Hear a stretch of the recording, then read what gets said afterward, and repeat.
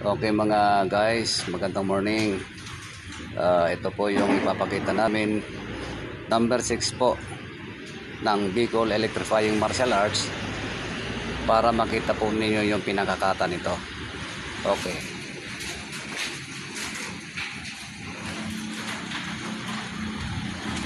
Ayan na po guys yung number 6, kung paano siya mag-accurate ng number. Ayun. Pagkatapos,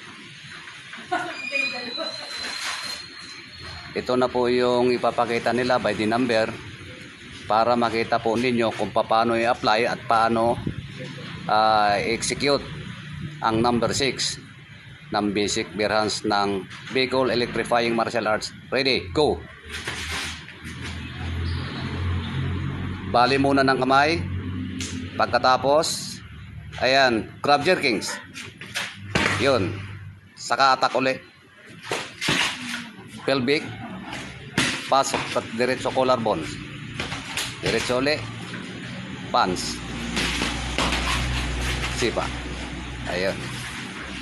Pagkatapos, makikita po ninyo kung paano i-pass, paano i-actual ng mabilis kasi wala naman po suntok na mabagal. Diyan po ninyo makikita kung paano i-pass yung suntok.